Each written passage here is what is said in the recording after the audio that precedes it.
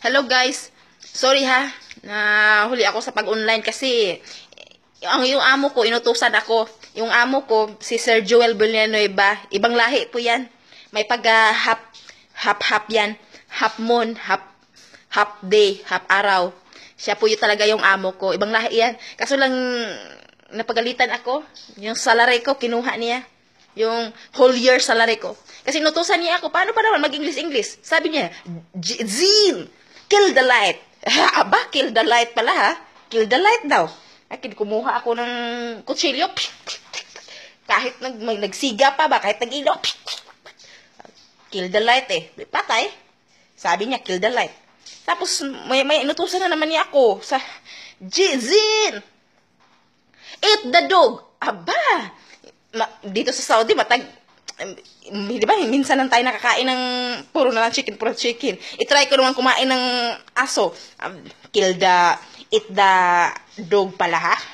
Habulan kami sa dog. Sabi ng dog, "Wah! Sabi pa ng dog. Ayun, hinanapan ako. Tinanong pa ako. Talaga tong makasira, talaga tong amo ko, Sir Joel. Oh. Sabi niya, why the light like that? Why the light? Sir, you told me that the light is kill. So that's why.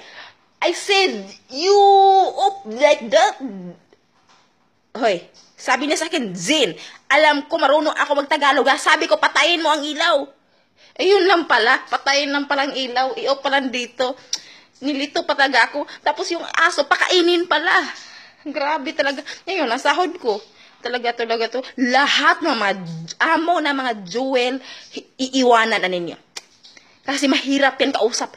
Kulang yan sa buwan sila. Kulang sa buwan. Lahat ng mga Joel, kulang sa buwan. Mahirap. Ha? Mahirap talaga yan. Sabi niya, blow it. Siya sa English, blow it. Hindi ko naman maintindihan yung English niya. Kaya iwanan na ninyo yan. Mga asawa ninyo, Joel, iwanan na ninyo yan. Maamo ninyo mga Joel, iwanan ninyo yan. Naku, sakit yan sa ulo. Sakit yan sa ulo talaga. Promise.